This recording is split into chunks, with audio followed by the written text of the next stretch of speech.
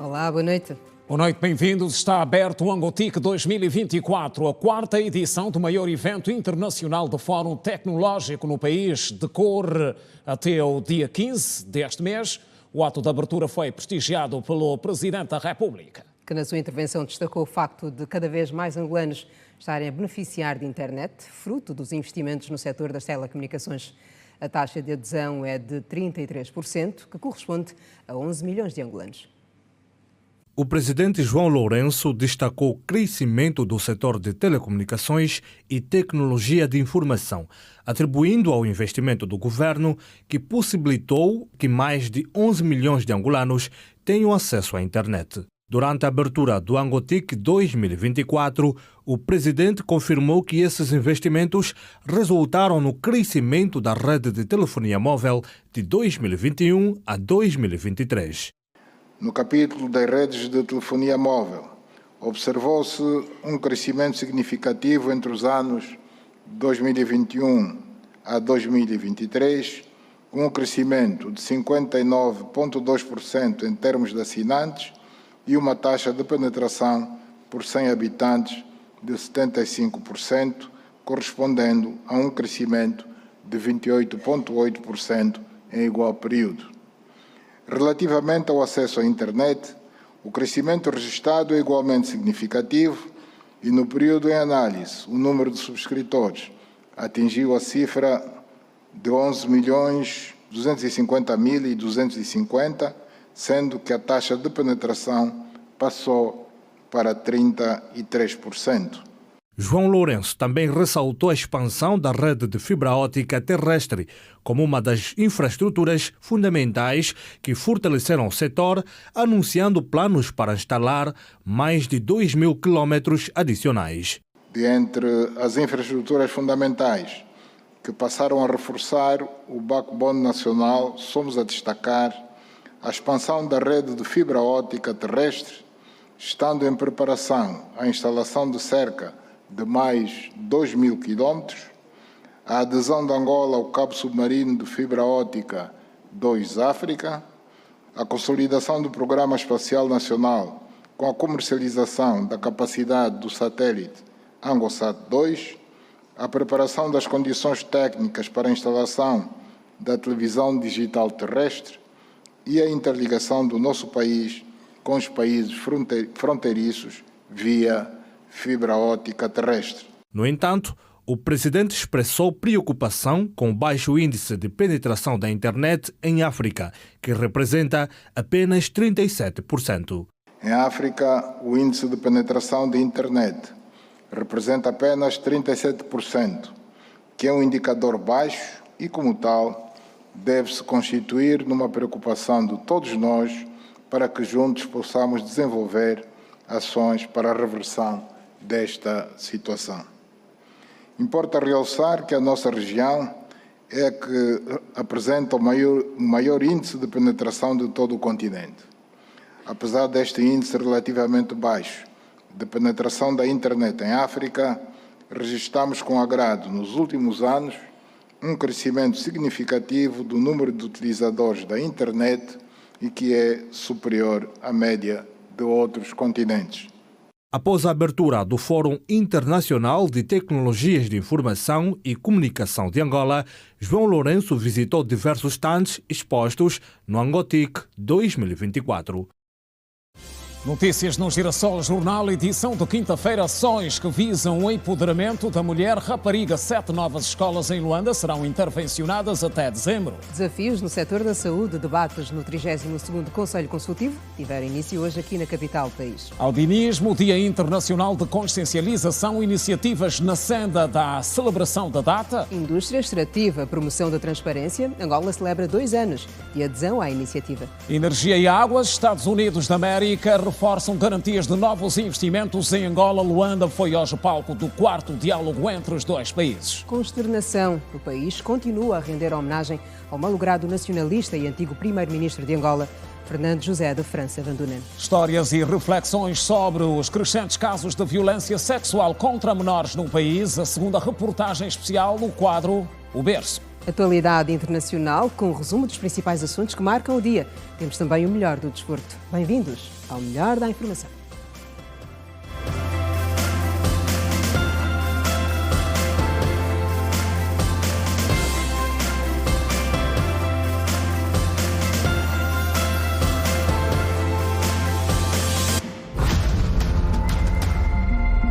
Olhos sobre as voltas que o mundo dá.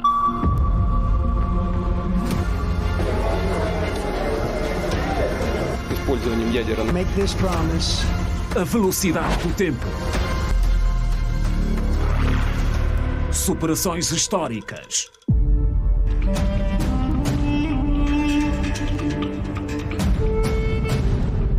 No country more important than Angola. E em África nenhum país é mais importante que Angola. Conquistas e reviravoltas. A vida na sua dimensão mais verdadeira. Nós gastamos 5 latas de leite e bate 23 mil e tal. Quando chove, danifica muito a viatura. E esse trabalho é o trabalho que dura 2 dias, 3 dias. Girassol Jornal. Informação. Outra vez, boa noite. Continuamos no palco do Angotic 2024, onde foram recebidas em audiência pelo chefe de Estado várias individualidades. Destaque para o alto responsável de uma multinacional tecnológica que opera em Angola há 10 anos e que pretende expandir os seus investimentos. Os setores da agricultura e também da energia são os escolhidos. O presidente João Lourenço recebeu o presidente do Conselho de Administração e fundador da multinacional egípcia Al Saud Electric para discutir possíveis investimentos no setor de energia e água em Angola. Really, we are here in Angola over 10 years. Nós estamos em Angola já por mais de 10 anos, estamos envolvidos no setor da energia e neste setor nós construímos algumas estações elétricas, assim como também estamos envolvidos na construção de linhas de transmissão, bem como em projetos solares. Também aproveitamos a ocasião para falarmos da questão de fornecimento de contadores inteligentes elétricos neste país, assim como a nossa cooperação na área das telecomunicações, que é um setor bastante importante, onde visamos trabalhar na área de tecnologias e na área digital, que são áreas bastante importantes para o desenvolvimento do vosso país. Em resumo, neste encontro nós falamos, portanto, das várias oportunidades que Angola oferece em que pode cooperar com a empresa El Saud Electric. Be done between El Saud Electric and Angola. O encontro aconteceu no Centro de Convenções de Talatona, em Luanda, após a abertura da 4ª edição do Fórum de Tecnologia Angotic 2024, que tem como tema digitalizar, conectar e inovar. E sobre o Angotic ainda voltamos a falar ao longo desta edição. O Presidente da República segue viagem amanhã para Gaborone, capital do Botsuana, país onde funciona a sede da SADC. Organização que é presidida por Angola, na pessoa do chefe de Estado, e que, segundo os serviços da Secretaria, vai pela primeira vez visitar a sede. O Sr. Presidente da República, João Lourenço, desloca-se amanhã a Gaborone, capital do Botsuana, a cidade onde funciona a sede do Secretariado da SADC, a Comunidade de Desenvolvimento da África Austral, bloco regional de que é presidente em exercício. A missão está exatamente relacionada com o desempenho deste cargo temporário. O que vai acontecer será nada mais e nada menos que a primeira visita do presidente João Lourenço na condição de presidente em exercício da SADC às instalações onde mantém escritórios os quadros permanentes da organização. Vai ser, portanto, a oportunidade de um contacto direto entre o presidente da SADC e, se quisermos, a casa-mãe do bloco regional. Pois bem, e tratando-se de uma visita com estas características, no local o Presidente vai descerrar uma placa para simbolizar precisamente o facto de estar a visitar pela primeira vez a sede da organização que preside. Vai percorrer áreas emblemáticas do edifício, como a Biblioteca Júlio Nyerere, que conserva elementos diversos da história da organização, e terá vários momentos de fotografia com diferentes categorias de profissionais, com realce para o secretário executivo e os embaixadores dos países membros acreditados junto da SADC. Um momento alto da visita serão certamente as palavras que o presidente em exercício da SADC, em discurso formal, dirigirá aos quadros da organização. Em síntese, o presidente João Lourenço vai ao Botsuana amanhã conhecer os cantos à casa de uma organização multilateral que dirige e que, evidentemente, reforça o prestígio de Angola e a sua projeção para lá das suas fronteiras. Os Estados Unidos da América prometem reforçar os investimentos em Angola nos domínios da energia e águas. O facto foi reafirmado hoje durante o 4º diálogo bilateral. Que traz ao nosso país o secretário adjunto para os recursos energéticos dos Estados Unidos da América, George Pyatt. À semelhança do que aconteceu no Namibe, a província da Huila vai beneficiar em breve de um projeto de energia solar no âmbito da transição energética. Sob responsabilidade da Sonangol IP, a iniciativa vai fazer com que mais famílias angolanas tenham acesso à energia através de fontes limpas, anunciou o ministro dos Recursos Minerais, Petróleo e Gás, Diamantino Azevedo.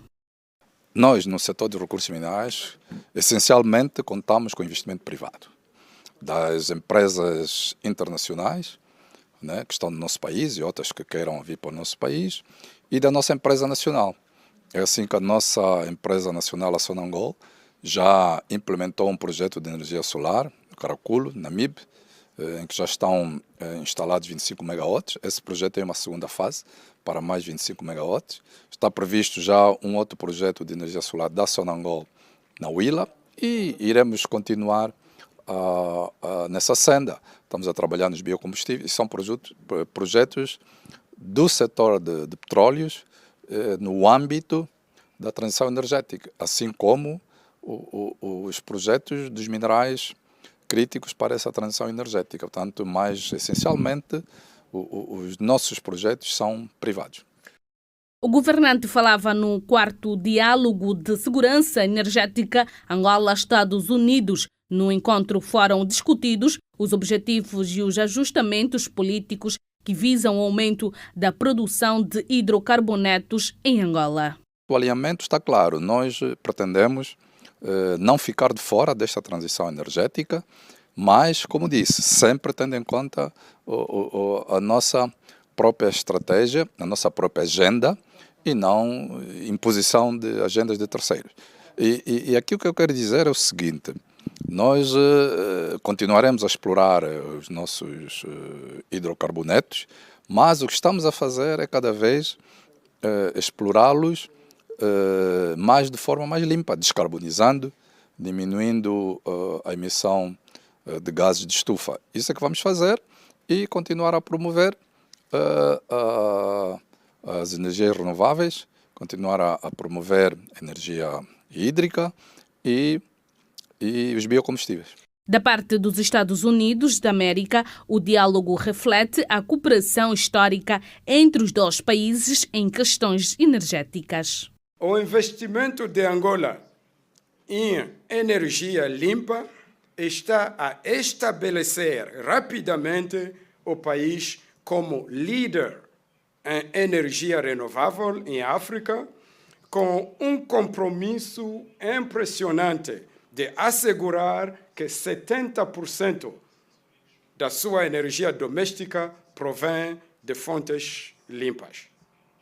Os Estados Unidos da América orgulham-se de fazer parte deste sucesso, como demonstra o acordo que o US Exim Bank celebrou com Angola no mês de maio deste ano em Dallas, Texas, para financiar 900 milhões de dólares para o desenvolvimento da energia solar em Angola. O secretário de Estado norte-americano para os recursos energéticos, Geoff Pyatt, falou de contratos de investimentos que o seu país deverá fazer no setor das energias limpas em Angola. Contratos assinados à margem da Cimeira de Negócios Estados Unidos-África, que teve lugar em Dallas, Texas. Tive a oportunidade de estar no encontro Estados Unidos-África em Dallas, no mês passado, num evento em Angola, e os Estados Unidos celebraram vários contratos sobre a transição energética num valor de 900 milhões de dólares para suportar alguns projetos no domínio das energias limpas e temos estado em conversações constantes sobre a implementação dos mesmos projetos. O Banco Mundial promete prestar apoio técnico a Angola no que diz respeito à busca de financiamento para o setor hídrico.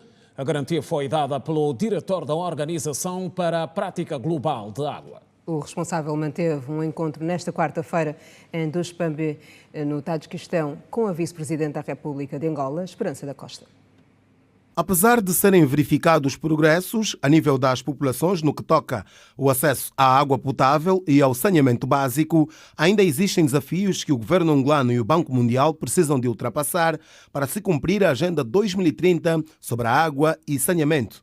O assunto esteve em cima da mesa de conversa entre a vice-presidente da República, Esperança da Costa, e o diretor de Prática Global da Água do Banco Mundial. Aquela instituição de Bretton Woods já disponibilizou para Angola cerca de $1.000 milhões norte-americanos para o setor das águas.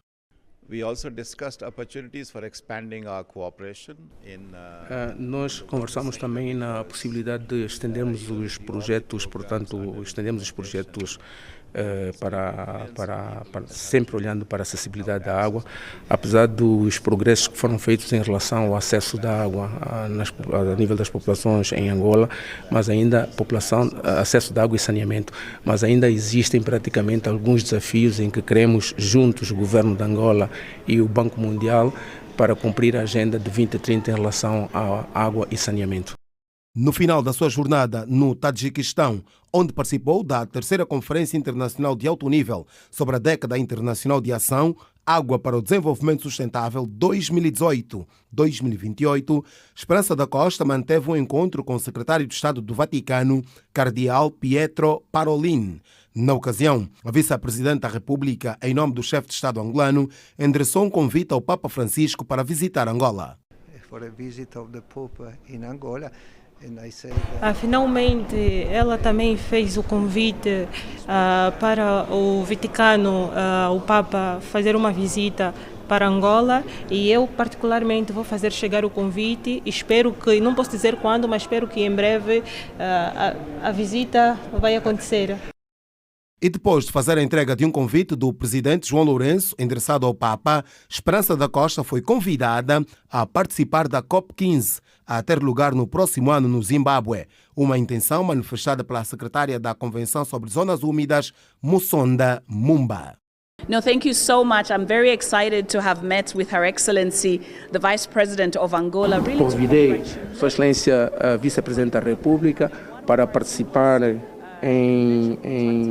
It's in July 2025. Para participar em junho de 2025, julho de 2025, na COP que vai ser realizada no Zimbábue. Daqui para frente, Angola e o Tajiquistão vão realizar consultas políticas. Os dois países assinaram um memorando de entendimento numa cerimónia testemunhada pela vice-presidente da República. A partir de agora, nós vamos avançar para outros patamares. Vamos trabalhar no sentido de assinarmos um acordo geral de cooperação que vai permitir que as áreas que depois forem concertadas possam, por si, também assinar acordos ou memorandos concretos nas áreas específicas. Os encontros da vice-presidente acontecerão à margem da terceira Conferência Internacional de Alto Nível sobre a Década Internacional de Ação Água para o Desenvolvimento Sustentável 2018-2028, que terminou nesta quinta-feira. E Angola celebra 2 anos de adesão à iniciativa de promoção de transparência na indústria extrativa e tem nota positiva de balanço. A Empresa Nacional de Comercialização de Diamantes de Angola fechou o ano passado com um saldo avaliado em 20 mil milhões de kwanzas. Angola celebra 2 anos desde que aderiu à iniciativa de transparência na indústria extrativa. A data que se assinala a 16 de junho representa para o país o relançamento do setor mineiro para uma maior atração e captação do investimento estrangeiro. Nós precisamos divulgar aquilo que tem sido a implementação da Angola como país membro, aquilo que são as suas realizações, aquilo que são os estrangulamentos e os passos seguintes e o que tem sido feito. Fazer parte da iniciativa de transparência na indústria extrativa traz credibilidade em relação às instituições, traz credibilidade em relação àquilo que o governo faz, traz credibilidade em relação àquilo que é a execução da cadeia de valor de todos os processos que são desenvolvidos nesse setor. Os últimos dados do relatório publicado pela SODIAM, Empresa Nacional de Comercialização de Diamantes, mostram que a empresa pública encerrou as contas de 2023 com um saldo positivo, avaliado em 20 mil milhões de kwanzas. Havendo necessidade das empresas do setor de extração pautarem por reformas que melhorem a transparência e reprimam atos de corrupção, o país abre novas formas de comercialização do mineral. A iniciativa de transparência é transversal a todos os setores do país e é de domínio público que houve inúmeras transações em que o Estado foi envolvido, mas que o Estado não tinha efetivamente conhecimento de quem era o beneficiário efetivo. Esses casos foram dirigidos ao Ministério Público e que correm trâmites nesse momento. E é esse tipo de situações que nós queremos evitar no futuro. Para a Sonangol EP, o cumprimento dos requisitos legais e a divulgação das contas ao público são passos que influenciam a transparência no ramo petrolífero, que mantém-se ávida para alcançar as metas para 2024. Vai depender muito do investimento que está a ser feito para termos então algum incremento e conseguirmos alcançar a meta dos 10% de cota de produção operada até 2027. Desafios no setor dos transportes. Garantias de resposta. Em destaque.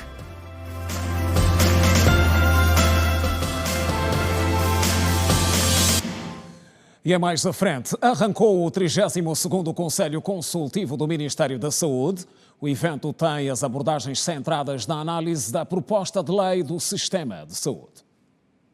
Investir no capital humano para prestar cuidados de saúde humanizados e de qualidade é o lema do 32º Conselho Consultivo do MINSA, que durante 3 dias vai procurar consenso sobre instrumentos de saúde fundamentais para a organização, regulação e direção do Sistema Nacional do Setor, com vista a estabelecer diretrizes para a atuação das instituições e profissionais de saúde adaptadas ao contexto atual, nacional e internacional. Para o administrador municipal do Camucuio, esta é uma iniciativa que vai permitir os gestores estarem por dentro das políticas gizadas a favor das comunidades que dirigem. Azevedo Calassola avançou que a sua localidade carece de mais profissionais e infraestruturas para dar resposta à demanda. Estamos a falar apenas de 3 médicos, desses 2 de informação, apenas 1 é que temos nesse momento a funcionar. Portanto, há uma série de questões que nós necessitamos. Aliás, nós temos zonas de difícil acesso que nenhum posto médico temos. E ali trabalhamos com aquelas pessoas que já estão aposentadas e que criamos condições para dar alguma coisa a essas pessoas para que consigam manter, né, a saúde naquela localidade. Apenas nós temos um hospital municipal, temos 2 centros de saúde e os demais, em relação ao número, são postos médicos. O Conselho Consultivo do Ministério da Saúde vai olhar para as realizações do Programa de Desenvolvimento Nacional 2023-2027, instrumento de orientação das políticas para o setor, com foco voltado para o Programa de Expansão e Melhoria do Sistema Nacional de Saúde. A ministra reiterou que a crise econômica mundial tem também impacto no setor da saúde em Angola. Ainda assim, Silvia Lutucuta sinalizou ter sido possível a realização de ações para uma melhor assistência médica no país. Todos os esforços combinados resultaram na melhoria dos indicadores de saúde, nomeadamente a redução da taxa de mortalidade em crianças menores de 5 anos para 69,4 por 1000 nascidos vivos, a redução da taxa de mortalidade infantil para 47,2 em 1000 nascidos vivos, a taxa de mortalidade materna de 222 por cada 100 mil nascimentos. O acesso aos cuidados primários, que passou de 25% para 75%, o que resultou num aumento da esperança de vida para 62 anos. De igual modo, destacamos a redução do envio pela Junta Médica de pacientes para o exterior do país. Silvia Lutucuta disse que o desafio prende-se com o triplo fardo da doença, com registro do aumento das doenças não transmissíveis. Onde predominam as doenças transmissíveis, se verifica um aumento das doenças transmissíveis, com realce a hipertensão arterial, diabetes mellitus, assim como o cancro e o trauma, o que conforma a conhecida transição epidemiológica incompleta, bem como as doenças provocadas pelo impacto das alterações climáticas. Para dar resposta ao atual padrão epidemiológico, o Executivo, liderado por Sua Excelência João Manuel Gonçalves Lourenço, para além do contínuo combate contra as grandes endemias, em que a malária é a principal causa de morte e mortalidade no nosso seio, aprovou o plano de apoio à proteção das pessoas portadoras de albinismo, que visa o seguimento e acesso de produtos médicos e meios dermatológicos. O 32º Conselho Consultivo do Ministério da Saúde termina no próximo dia 15 e conta com cerca de 600 participantes. E 7 escolas em Luanda vão merecer intervenção no período que vai de junho ao mês de dezembro. A estratégia faz parte do programa da ação que visa o empoderamento da mulher rapariga. O objetivo é garantir melhores condições de ensino.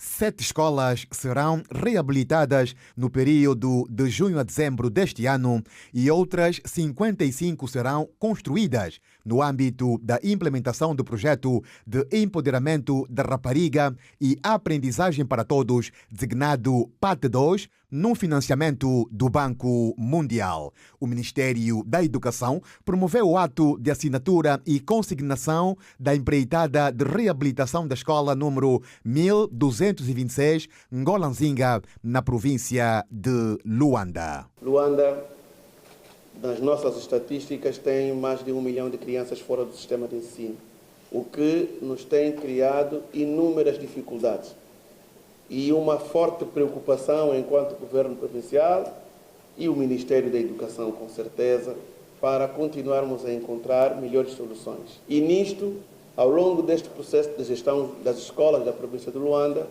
temos também o desafio de manter a qualidade das próprias infraestruturas escolares. O objetivo do desenvolvimento do projeto é de empoderar os jovens angolanos, especialmente as raparigas, para melhorar a qualidade de aprendizagem para todos. Para o município de Luanda, mais de 10 mil alunos estarão inseridos neste programa do PAT2.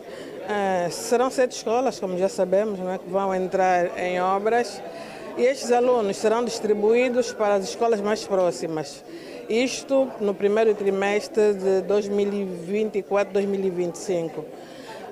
Já está tudo acautelado, já trabalhamos com as escolas, trabalhamos com os professores, trabalhamos com a comunidade para ficarem por dentro do programa, e então aguardamos que essas obras reiniciem nas escolas que já estão programadas. Esta componente procura empoderar as raparigas angolanas com atribuições de bolsa de estudo a partir do primeiro ciclo de ensino secundário. Esta é uma escola emblemática, como disse o senhor governador, é uma escola antiga, precisa efetivamente de ser bem reparada e depois conservada a sua gestão.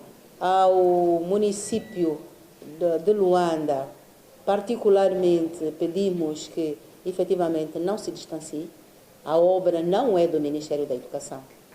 A obra é da província de Luanda. A ministra da Educação disse que também está previsto a reabilitação de 10 institutos técnicos agrários em todo o país. Por exemplo, o Macarenco, que toda a gente conhece, o IPIL, será reabilitado no próximo ano.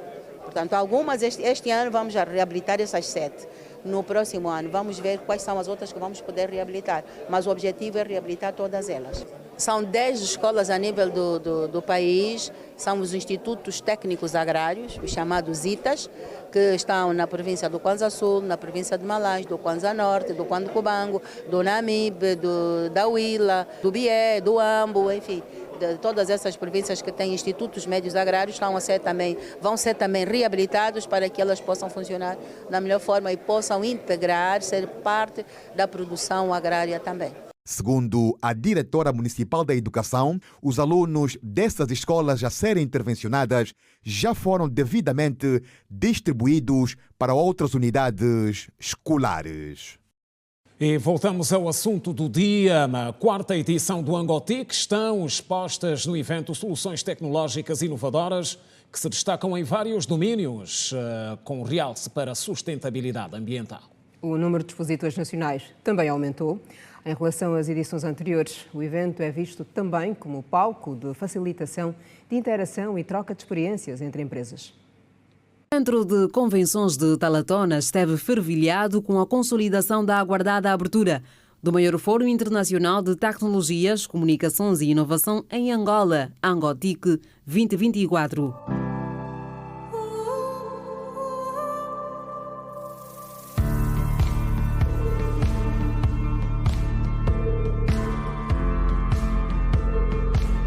Durante a cerimónia de boas-vindas, o ministro das Telecomunicações, Mário Oliveira, destacou a relevância do evento para a modernização e o crescimento econômico de Angola. Pretendemos que o Angotic não seja apenas um fórum de exposição, mas que seja um fórum para criar uma estreita relação entre os produtos tecnológicos expostos, a formação e os benefícios que a tecnologia pode trazer para a sociedade, para a economia e que seja um fator de promoção do empreendedorismo juvenil. Mário Oliveira enfatizou, por outro lado, o compromisso do governo com a inovação e o desenvolvimento tecnológico. Como consequência dos investimentos feitos pelo governo e pelo setor privado, o país hoje dispõe de infraestruturas de telecomunicações e tecnologia de informação robustas e com quadros nacionais de elevada qualidade técnica e científica e está na vanguarda da liderança das telecomunicações no continente. Dentre as infraestruturas, gostaria de destacar a Rede Nacional de Fibra Óptica Terrestre, os cabos submarinos internacionais de fibra óptica, o Programa Espacial Nacional e as redes de micro-ondas. O Angotic 2024 destaca inovações nos setores da educação. Para aqueles que não tiveram a oportunidade de conhecer a nossa escola presencialmente, podem aqui vivenciar a visita virtual. Sustentabilidade ambiental. Nós somos uma startup vocacionada na recolha de resíduos sólidos ao domicílio. E eletrônica. A nossa tomada ela pode ser até submersa à água. Podemos colocar aparelhos ainda assim não dasticam e continuar no seu funcionamento normal. Entre outros, expositores estão a apresentar tecnologias de ponta que prometem revolucionar vários campos. Para eles, o evento é uma plataforma privilegiada para apresentar inovações, criar parcerias estratégicas e expandir mercados. Encontramos uma empresa que havíamos conhecido alguns meses atrás, que vem do IGE, e está aqui novamente. E já marcamos uma reunião para conseguir sentar e entender como podemos colaborar, seja bebendo da nossa capacidade técnica eles, ou nós utilizando a capacidade dele de expansão para a província. Para esta edição 2024 do Angotic, o Ministério das Telecomunicações, Tecnologias de Informação e Comunicação Social assegura que a melhor stand, quer de startups, assim como de empresas, vai ser premiada. Com o lema Digitalizar, Conectar e Inovar, o Angotic reúne cerca de 15 mil participantes. Destacam-se ainda os ministros e representantes de diversos países, incluindo Nigéria, África do Sul, Zimbábue, Namíbia e Zâmbia. Estamos a informar, é o Girassol Jornal, assuntos que marcam a atualidade fora de portas. Não perca o resumo no próximo bloco. E ainda nesta edição, histórias e reflexões sobre os crescentes casos de violência sexual contra menores no país. A segunda reportagem especial no quadro Berço. Voltamos depois do intervalo. Não saia daí. Até já. Até já.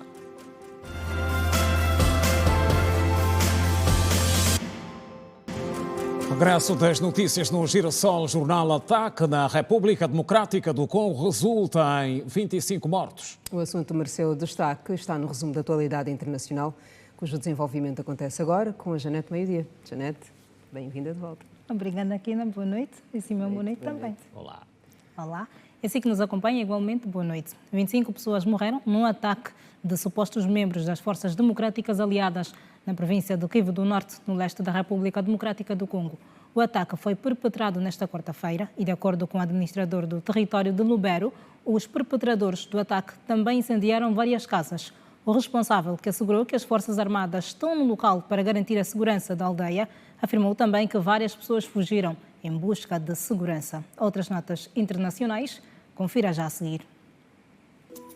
A Agência Nacional das Nações Unidas para os Refugiados alertou hoje para a apatia e inação a nível mundial diante do aumento do número de deslocados, que atingiu novo recorde em maio último, sendo elevado para 120 milhões. Segundo a Acnur, os conflitos no Sudão, Faixa de Gaza, República Democrática do Congo, Mianmar e outras regiões estão entre as razões para o aumento do número de refugiados forçados. O aumento do número de refugiados, segundo a agência da ONU, representa a 12ª subida anual consecutiva e reflete uma capacidade de se resolverem crises de longa data. A grande maioria dos refugiados está alojada em países vizinhos, com 75% a residir em países de baixo e médio rendimento.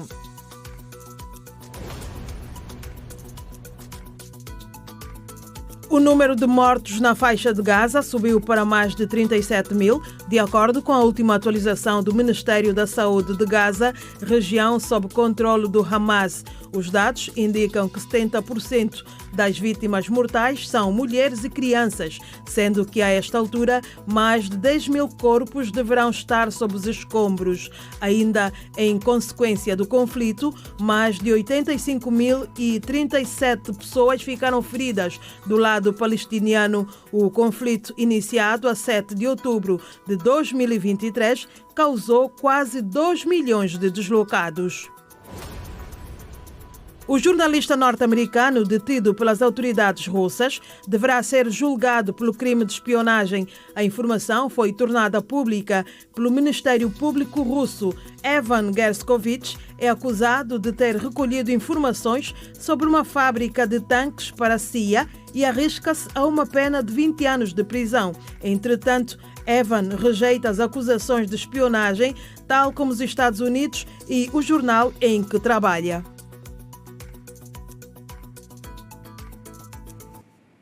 Esta conta da atualidade internacional, Aquina Simeão, boa noite. Boa noite, Janete, até amanhã. Estamos juntos, Janete.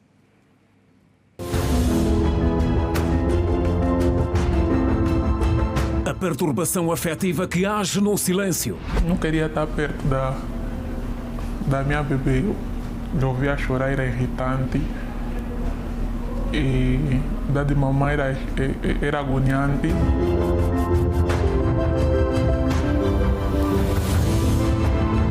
Fatores relacionados. Os principais fatores que provocam a depressão pós-parto estão relacionados com conflitos conjugais, portanto, estão relacionados também com stress. Das coisas que eu não quero que a minha filha saiba isso e dos problemas que eu tenho com o pai dela são.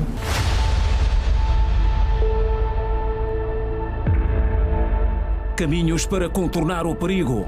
Indicações. Não basta simplesmente nós termos ou estarmos preparados fisicamente para ter uma gestação, mas é sobretudo muito importante estarmos psicologicamente preparados, que vamos ter que lidar com uma série de situações que podemos sim cair num processo depressivo por conta de não estarmos realmente psicologicamente preparados para termos uma situação como essa.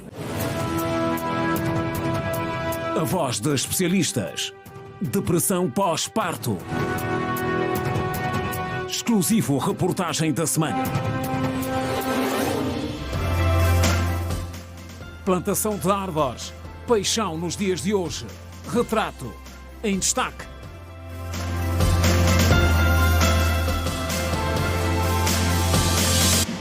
E continuamos a informar, o país continua a render homenagem ao falecido nacionalista e antigo primeiro-ministro de Angola, França Van Dunen. Diplomata de carreira, Fernando José de França Van Dunen faleceu na quarta-feira em Lisboa, vítima de doença.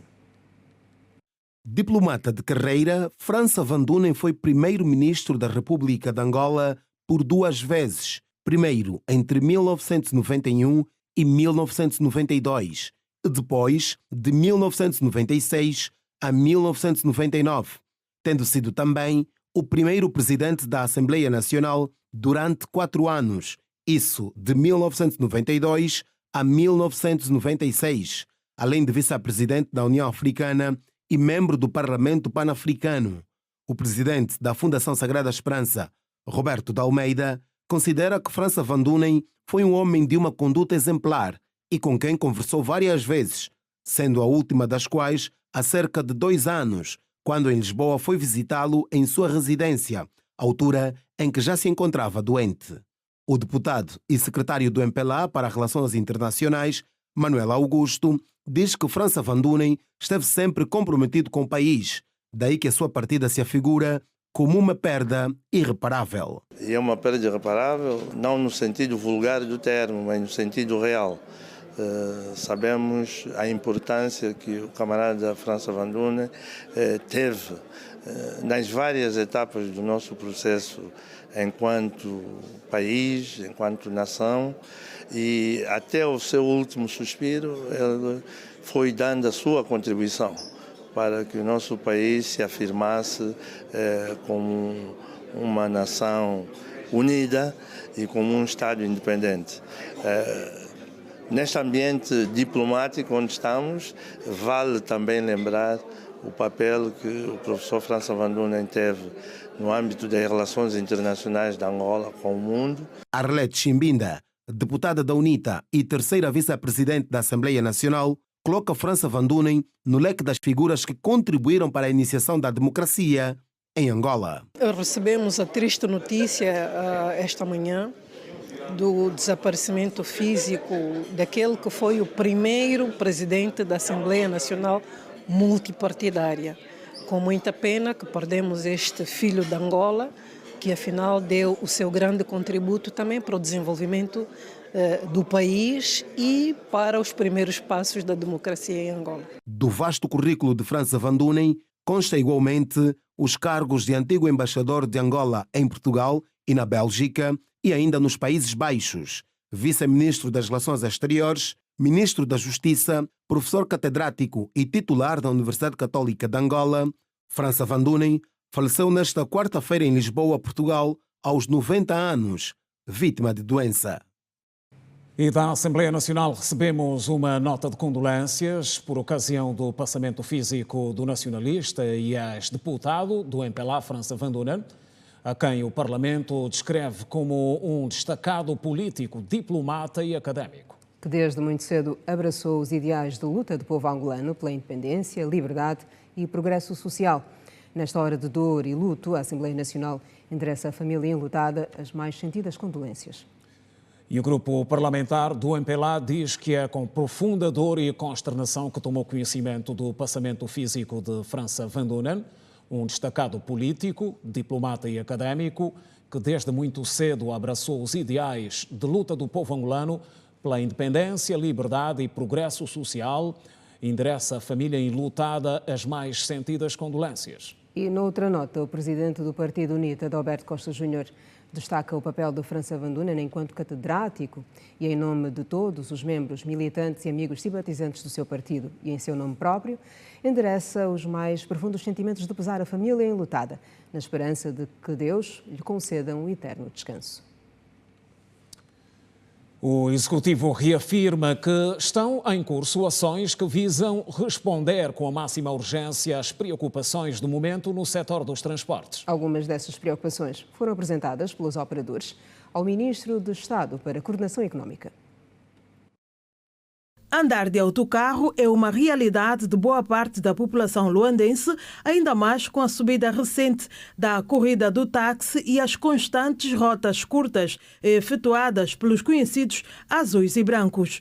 Os transportes urbanos também registraram uma subida na tarifa, uma situação que preocupa os passageiros, tendo em conta as condições em que muitos viajam. Temos que nos adaptar, né, com o mecanismo, né, que eles adotaram. Tipo, eu saí com 300 kwanzas para vir trabalhar e ir em casa. Nesse caso, vou ter que aumentar mais valores. Eu acho que a demanda é maior, então acho que muitas pessoas mesmo vão preferir o autocarro e não haverá conforto. E o Estado tem que aumentar os autocarros. Aqui na via de Samba, todas as vias têm que aumentar os autocarros. E os operadores de transportes urbanos coletivos de passageiros da província de Luanda clamam por melhorias das estradas e também pelo acesso facilitado de material de reposição das peças de viaturas, situações que vêm dificultando o exercício da atividade. Colocamos a questão das estradas e foi unânime entre os vários intervenientes da necessidade de melhorar as estradas, a necessidade das faixas prioritárias para os autocarros, para os transportes públicos, de tal maneira a acelerar a velocidade comercial. A questão hoje de nós podermos fazer aumentos de frota vai ficar um bocadinho mais aquém daquilo que eram as perspectivas. Nós vamos continuar a trabalhar essencialmente naquilo que vem a ser a questão da manutenção das empresas dentro do setor do transporte, seja ele público, urbano, seja ele provincial. Dificuldades estas que foram nesta quarta-feira apresentadas pelos operadores dos transportes coletivos urbanos ao Ministro de Estado para a Coordenação Econômica, José de Lima Massano. De acordo com o presidente do Conselho de Administração da Agência Nacional de Transportes Terrestres, Énio Costa, estão em curso ações que poderão responder às preocupações apresentadas. Algumas infraestruturas estão a ser reparadas. De segurança, há um trabalho que está a ser feito com a Polícia Nacional, no sentido de haver um reforço da segurança, uma melhor proteção do património público, e medidas estão a ser tomadas no sentido de, então, garantir uma melhor segurança para os operadores de transportes de passageiros e todos aqueles que usam esses serviços públicos. A nível da Agência Nacional dos Transportes Terrestres, vamos reforçar as ações de fiscalização e com outros órgãos também, as empresas que fazem a comercialização de peças. O encontro contou com a participação do Ministro dos Transportes, Ricardo de Abreu, a Ministra das Finanças, Vera Daves de Souza, e o Governador da província de Luanda, Manuel Homem. A cultura de plantação de árvores tende a desaparecer no meio social, principalmente em Luanda. O amor pela plantação, que já se fez sentir com maior presença em dias anteriores, não é tão notável agora. A nossa equipa foi às ruas ouvir a população sobre o assunto. Os hábitos e costumes para a plantação de árvores, elemento importante para evitar as emissões de dióxido de carbono, são notórios em algumas urbanizações de Luanda. Na centralidade do Sequele, por exemplo, alguns jardineiros fazem de forma periódica a poda de plantas para aumentar o seu tempo de vida e proporcionar um ambiente mais fresco aos moradores. Há muito benefício em cuidar das plantas, para além de sombra, dá uma natureza, dá uma área assim muito confortável. Então, se for para mim aconselhar as pessoas, convém que nós cuidemos bem das nossas plantas, vamos preservar as nossas plantas, é mesmo muito bom e é muito essencial nós termos plantas em casa. Yolanda Otávio, professora e moradora no Sequele, destaca a particularidade da centralidade que em vários blocos apresenta a concentração de árvores. Nós, como moradores do Sequele, temos a graça e a honra de termos um espaço natural. Logo ao entrar, os senhores veem que está cheio de embondeiros e a escola onde eu leciono também temos esse hábito e esse caráter de plantar árvores, porque sabemos que é o bem útil à natureza e o bem útil também ao ser humano. No Zango 8000, a falta de água tem condicionado em certa medida o processo de irrigação das árvores. Algumas donas de casa que diariamente procuram ensinar os mais pequenos sobre os cuidados a ter com o meio ambiente uniram-se para a contratação de jardineiros para o devido tratamento das plantações. No prédio onde eu vivo e no quarteirão, nós contratamos um jardineiro que trabalha conosco durante o mês. E nós próprios moradores fizemos uma contribuição. Às vezes temos muita dificuldade regando as plantas por causa d'água. E se é uma planta sem água mesmo, estamos a matar a planta. E gostaria que nós, os moradores, cuidássemos mais da nossa centralidade na parte da vegetação, visto que ultimamente não temos nos unido muito quanto a isso. E gostaria que melhorasse nesse sentido, que nós, os moradores, tivéssemos mais união na limpeza, plantar mais árvores que nos beneficia o meio ambiente, o ar em si. Do meu lado, eu tenho ensinado meus filhos que cuidem das plantas que estão à nossa volta e não fazer lixo na rua. É o mínimo que eu faço. Eu ensino a eles. Importa referir que, atualmente, algumas administrações municipais e distritais de Luanda têm levado a cabo programas voltados à preservação do meio ambiente, em que pretende-se envolver crianças e famílias na plantação de árvores em meio urbano e periurbano. Pois é, albinismo assinala-se hoje o Dia Internacional de Consciencialização face aos atos discriminatórios que ainda se verificam em grande escala. Aqui em Luanda, as celebrações foram marcadas pela 3ª Conferência Nacional Pro-Albino, que decorreu sob o lema Uma década de progresso coletivo. Cuidado tem que ser mesmo com os protetores solares. Sem protetor solar, então é mesmo complicado.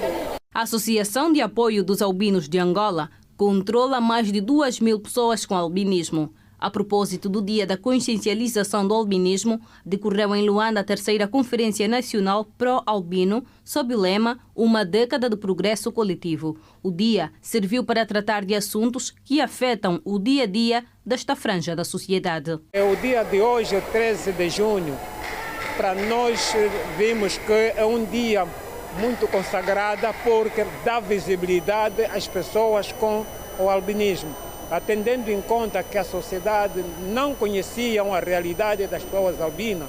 Então, como as Nações Unidas consagra este dia para dar visibilidade às pessoas com albinismo, nós nos sentimos muito felizes. É um dia de reflexão, um dia que nos traz aqui a oportunidade de avaliarmos tudo o que se tem feito e que já se fez em volta da nossa causa, que é o albinismo, né? De modos a melhorarmos cada vez mais a qualidade de vida das pessoas com albinismo, tornando-nos assim cada vez mais incluídos ou inseridos na sociedade. As pessoas com albinismo vivem melhor em Angola se comparado com outros países do continente africano, mas o drama é mais acentuado quando se trata da inserção no mercado de trabalho e também dos cuidados com a saúde. A maior dificuldade dos albinos que eles enfrentam é a empregabilidade, o acompanhamento médico, o transporte, na forma da inserção no mercado de trabalho e na inserção social. Nossas dificuldades, na maior parte das vezes, cingem-se na aquisição de produtos de proteção solar, que são os cremes protetores e hidratantes, que acabam sendo aqui com um valor grande para o nosso mercado, que a maior parte das famílias, ou maioritariamente as famílias que têm pessoas com albinismo, são de camada abaixo. A conferência reuniu responsáveis de associações de 14 províncias do país. A província de Malange, que controla mais de 90 pessoas com albinismo, evidenciou as suas preocupações. Primeiro, a nível local, temos dificuldade de um espaço para a instalação da nossa sede provincial. Temos também dificuldade de acesso aos protetores solares, tais como os cremes de hidratação da pele, bem como então aquilo que são as consultas dermatológicas dentro do Hospital Regional de Malange. O dermatologista Pascoal Alberto afirmou que atualmente as pessoas com albinismo procuram com mais frequência profissionais que cuidam da pele. Agora a preocupação não é tanto de aparecer por causa da lesão, é mais para não ter a lesão. Então já começa a haver essa preocupação. Isto é que nos mete satisfeito, já que as pessoas com albinismo já procuram prevenir-se, procura as medidas para a prevenção e procura aquilo que o médico tem para dar para que tenha a sua pele mais cuidada, mais saudável e com poucos danos solares. Assinala-se hoje o Dia Mundial da Consciencialização do Albinismo. A efeméride foi instituída em 2015 pela ONU, com o objetivo de se encorajar o combate à discriminação e procura aprofundar a compreensão do albinismo enquanto anomalia pigmentar causada por fatores genéticos. O primeiro de todos os passos. Quando ela me surpreendeu que estava grávida, eu fiquei mesmo muito triste. Início do percurso. Quem lidar com criança tem que ter essas 3 coisas: amor, paciência e a fé. Um filho com atenção especial é uma escola. Quando eu não estou no meio delas, eu também me sinto isolada. O berço. Hoje o bebê tem 1 aninho e 1 mês. Especial Junho. A criança precisa ser protegida. Exclusivo. A criança é como uma flor. Vamos cuidar da criança como flor. É o Girassol Jornal, edição de quinta-feira. Está em destaque na terceira e última parte o desporto com as principais novidades que marcam o dia. E ainda hoje, histórias e reflexões sobre os crescentes casos de violência sexual contra menores no país. A segunda reportagem especial do quadro Berço. Voltamos depois de um curto intervalo. Não saia daí. Até já. Até já. Já de volta e, como prometemos, tem desporto. E é com o Manuel da Cruz que já chegou. Manuel, boa noite. Boa noite, Kina. Boa noite, Simeão. Boa noite, Manuel. Boa noite a todos. Começamos com o Angotic. O impacto da tecnologia no desporto foi um dos assuntos abordados no Angotic 2024. Inovar, conectar e digitalizar é o lema do Angotic 2024, onde o desporto tem lugar acentuado no que toca ao impacto da tecnologia. Miller Gomes, um dos oradores presentes no maior fórum internacional de tecnologia de Angola, afirmou que a relação tecnologia-futebol é indissociável. E nós no futebol não estamos, portanto, isentos, como vocês sabem, a nível da segurança, nos estádios, por exemplo, os sistemas de videossegurança. A nível do próprio jogo, o VAR é uma tecnologia, portanto, incorporada no desporto. O chip na bola para detectar se ela é golo ou não, portanto, a linha de golo também é uma tecnologia. Mas depois temos outras que impactam diretamente, por exemplo, na performance do próprio atleta, portanto, sistemas que permitem chip na camisola, enfim, e para verem a capacidade de desenvoltura do próprio jogador. Já o árbitro assistente internacional Gerson Emiliano, um dos convidados do Angotic 2024, apontou as dificuldades existentes na implementação da tecnologia no futebol angolano. Nós ainda não temos o vídeo-árbitro a nível do país, ainda não temos os sistemas de comunicação a 100% a nível do país para ajuizar uma partida de futebol e poucos dos nossos colegas usam o sistema ou relógio eletrônico e GPS para o monitoramento do treinamento. Então acredito que ainda precisamos de muito mais para melhor podemos contribuir para os resultados esperados a nível do ajuizamento de jogos, não só de futebol, mas de outras modalidades também. Tudo dito, que nesse Simeão, continuação de bom jornal. Boa noite, Manuel. Amanhã tem mais. Início do Euro. Com certeza. Pois, até amanhã, Manuel. No quadro O Berço, olhamos hoje atentamente para os crescentes casos de violência sexual contra menores. É uma das grandes preocupações ao mais alto nível. Os números registados pelo Instituto Nacional da Criança são altos, ao nível do país. A Isabel Chiala traz a história de quem se calou, porque ninguém quis ouvir.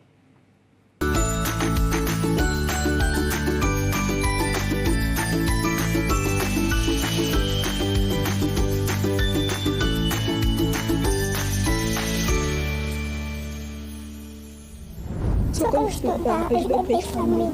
Eu pedi muito ajuda. Este é o grito de socorro de uma criança que por muito tempo se calou por ninguém o escutar.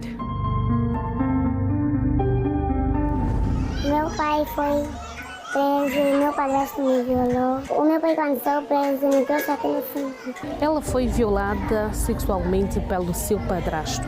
Entretanto, hoje vive as consequências deste ato. Este centro de acolhimento foi o seu refúgio. Eu não quero voltar para casa porque me sinto bem aqui. Porque aqui estou mais segura.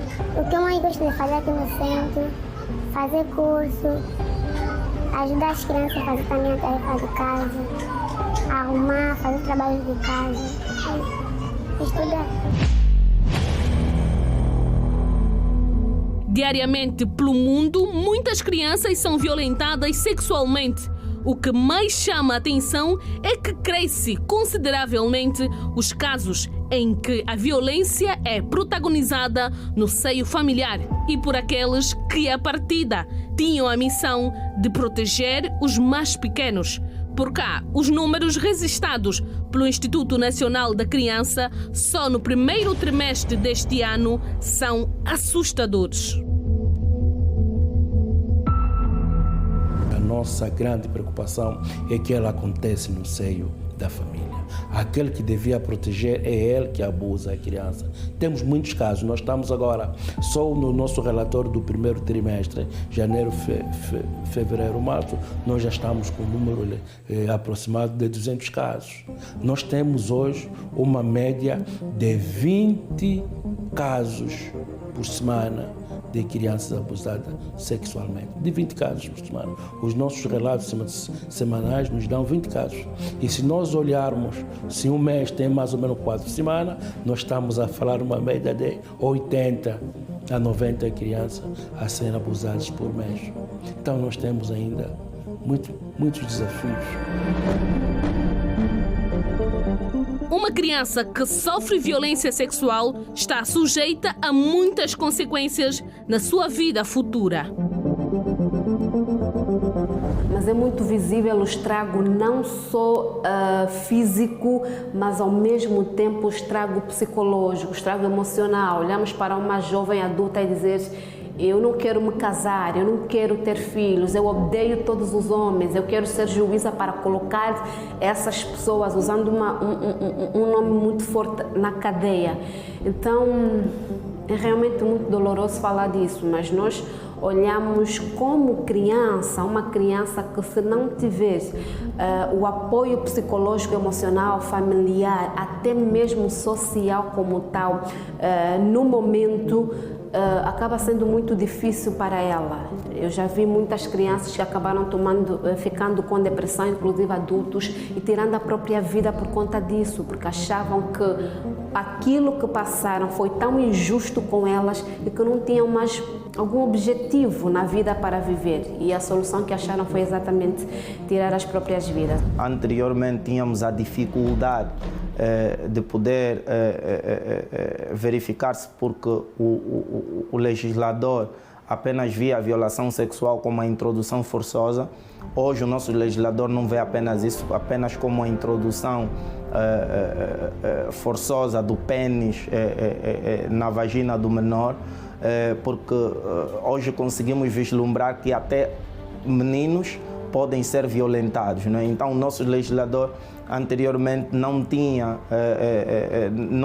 capacidade de resposta nesse quesito, e hoje, por via do crime de abuso sexual, que acaba sendo um crime que pode ser praticado contra um menor, seja do sexo masculino ou do sexo feminino, nisto já há uma evolução por parte do nosso legislador, fazendo com que tanto os meninos também acabam sendo amparados pela lei, quando anteriormente não podiam ser amparados pela lei. Os números da violência sexual contra menores comoveram a assistente social Albertina Capitango, que por este motivo decidiu criar um lar para acolher crianças desfavorecidas.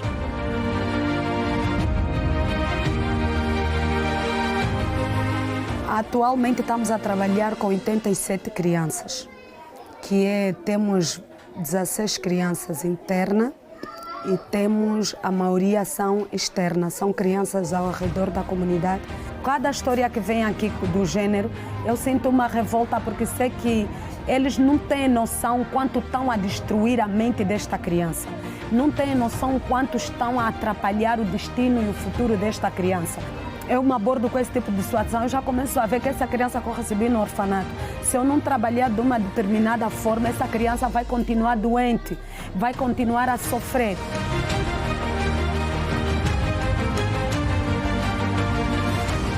No fim desta reportagem, deixamos a seguinte mensagem. A violência contra a criança é crime. A criança precisa ser protegida socialmente e economicamente.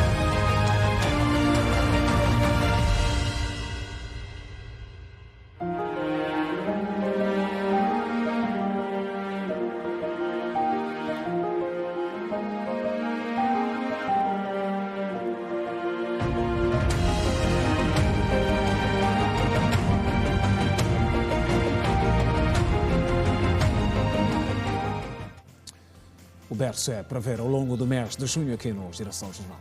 Junho da Criança, com as preocupações que movem o mundo da criança, que é o futuro de qualquer sociedade. E terminamos a edição de quinta-feira de Geração Jornal. Aquele abraço de sempre. Obrigada pela companhia. Esta equipa regressa amanhã à mesma hora, 19h45. Boa noite, passe bem. Estamos juntos. Boa noite.